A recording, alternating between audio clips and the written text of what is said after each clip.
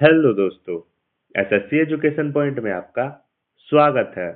तो आज के इस वीडियो में हम एसएससी जीडी एग्जाम से जुड़े 5 मई के सभी शिफ्टों के प्रश्नों को एनालाइज करेंगे, जिससे कि आपके आगे आने वाले एग्जामों में काफ़ी सहायता मिलेगी।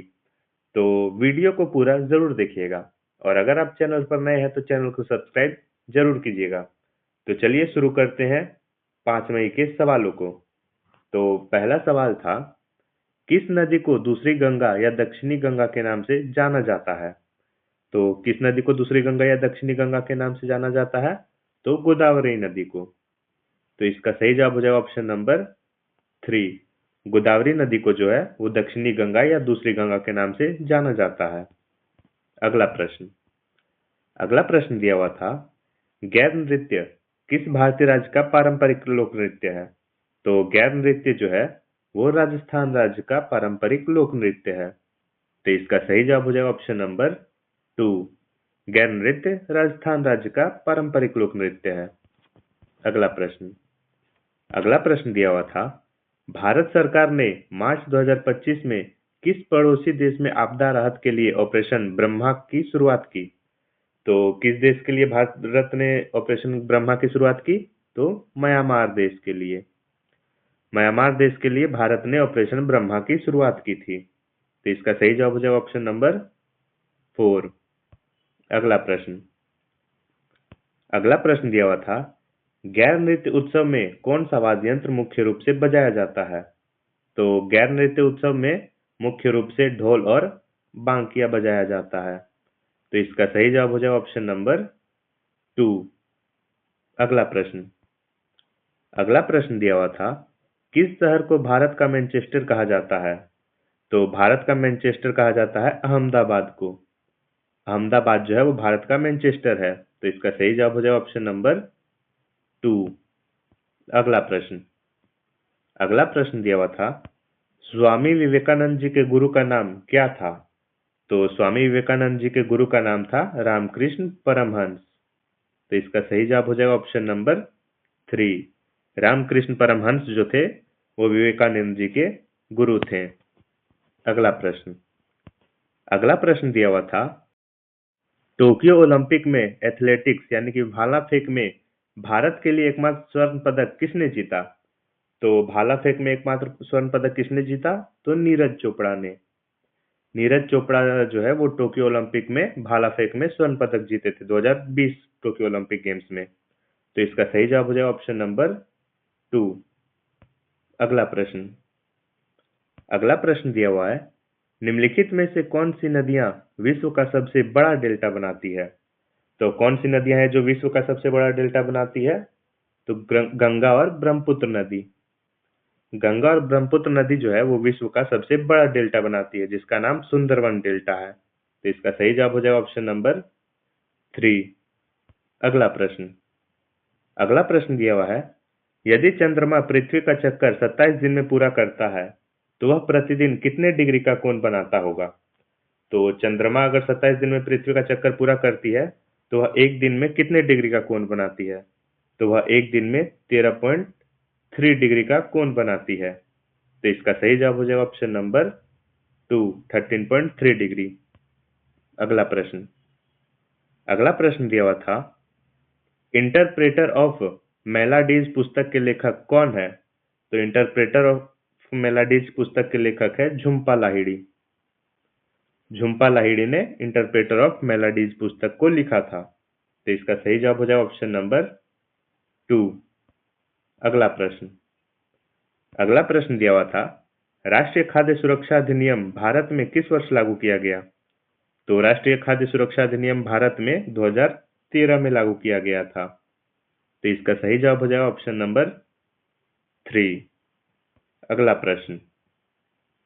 प्रश्न दिया हुआ था, संगम साहित्य में वर्णित दक्षिण भारत के उन तीनों प्रमुख वंशों का नाम बताइए जो अपने चरम पर थे। तो दक्षिण भारत के कौन से 3 प्रमुख वंश थे जो अपने एकदम चरम पे थे? तो वो 3 वंश थे चोल, चेर एवं पांड्य वंश। तो इसका सही जवाब हो जाएगा ऑप्शन नंबर 2। अगला प्रश्न दिया हुआ था, 1699 में खालसा पंथ की स्थापना के समय गुरु गोविंद सिंह जी ने जिन पहले 5 सिखों को अमृत छकाकर खालसा बनाया, उन्हें किन नाम से जाना जाता था? तो उन पांचों को किन नाम से जाना जाता था? तो उन पांचों को पंज प्यारे के नाम से जाना जाता है। तो इसका सही जवाब हो जाएगा ऑप्शन नंबर 2, पंज प्यारे। अगला प्रश्न दिया हुआ है, पश्चिमी घाट को किस अन्य नाम से भी जाना जाता है? तो पश्चिमी घाट का अन्य नाम है सहयाद्री। सहयाद्री पश्चिमी घाट का अन्य नाम है। तो इसका सही जवाब हो जाएगा ऑप्शन नंबर 4। अगला प्रश्न दिया हुआ था, भारतीय खाद्य निगम की स्थापना किस वर्ष हुई? तो भारतीय खाद्य निगम की स्थापना जो हुई वो हुई 1965 ईस्वी में। तो इसका सही जवाब हो जाएगा ऑप्शन नंबर 3, 1965 ईस्वी में भारतीय खाद्य निगम की स्थापना हुई थी।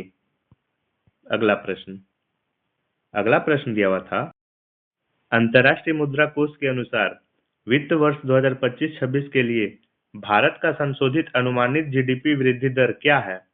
तो 2025-26 में भारत का संशोधित अनुमानित वृद्धि दर जो है वो है 7.3%।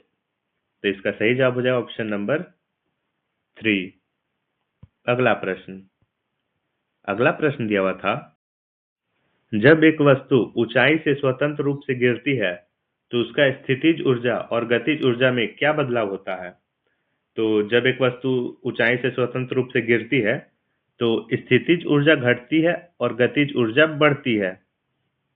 तो इसका सही जवाब हो जाएगा ऑप्शन नंबर 1, स्थितिज ऊर्जा घटती है और गतिज ऊर्जा बढ़ती है जब कोई वस्तु स्वतंत्र रूप से जमीन पर गिरती है। अगला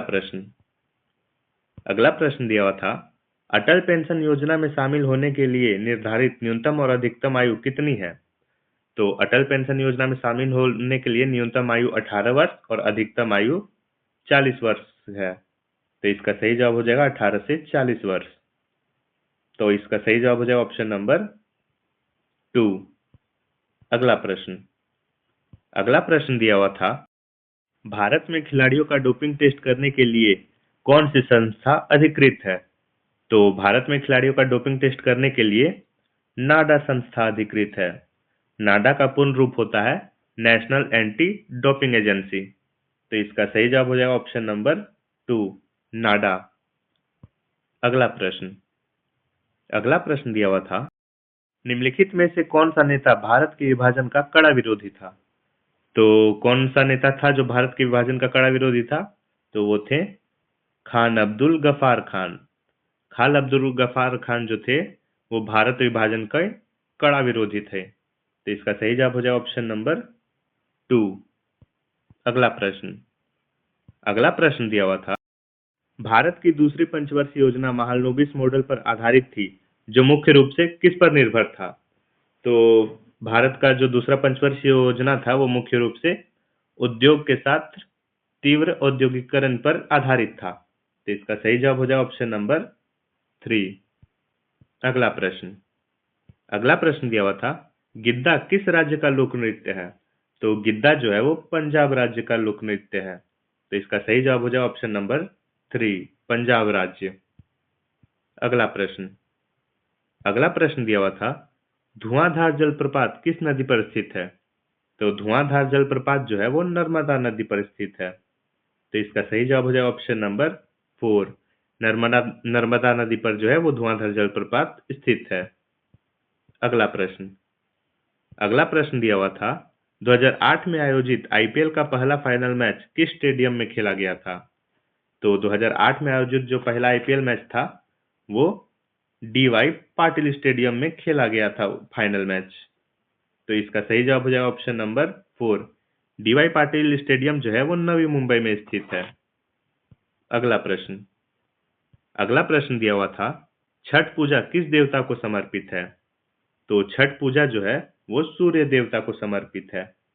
तो इसका सही जवाब हो जाएगा ऑप्शन नंबर 3, सूर्य देवता को छठ पूजा समर्पित है। अगला प्रश्न दिया हुआ था, वर्ष 2011 में आयोजित 13वें ब्रिक्स शिखर सम्मेलन की मेजबानी किस देश ने की? तो 2021 में आयोजित 13वें ब्रिक्स शिखर सम्मेलन की जो मेजबानी है वो भारत देश ने की थी। तो इसका सही जवाब हो जाएगा ऑप्शन नंबर 1, भारत।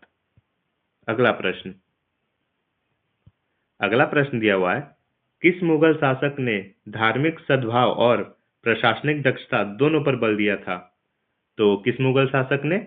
तो अकबर ने। अकबर ने धार्मिक सद्भाव और प्रशासनिक दक्षता दोनों पर बल दिया था। तो इसका सही जवाब हो जाए ऑप्शन नंबर 2। अगला प्रश्न दिया हुआ था, 1980 के मॉस्को ओलंपिक में भारतीय हॉकी टीम के कप्तान कौन थे? तो 1980 के मॉस्को ओलंपिक में भारतीय टीम के कप्तान थे, वो थे वासुदेवन भास्कर। वासुदेवन भास्कर जो थे वो 1980 के मॉस्को ओलंपिक में भारतीय हॉकी टीम के कप्तान थे। तो इसका सही जवाब हो जाएगा ऑप्शन नंबर 2। तो आज का जो प्रश्न है वो यही समाप्त होता है। ये सभी जो प्रश्न थे वो 5 मई 2026 में एसएससी जीडी वाले एग्जाम में पूछे गए थे। और डेली ही ऐसे एनालिसिस को पढ़ने के लिए हमें सब्सक्राइब जरूर करें। धन्यवाद।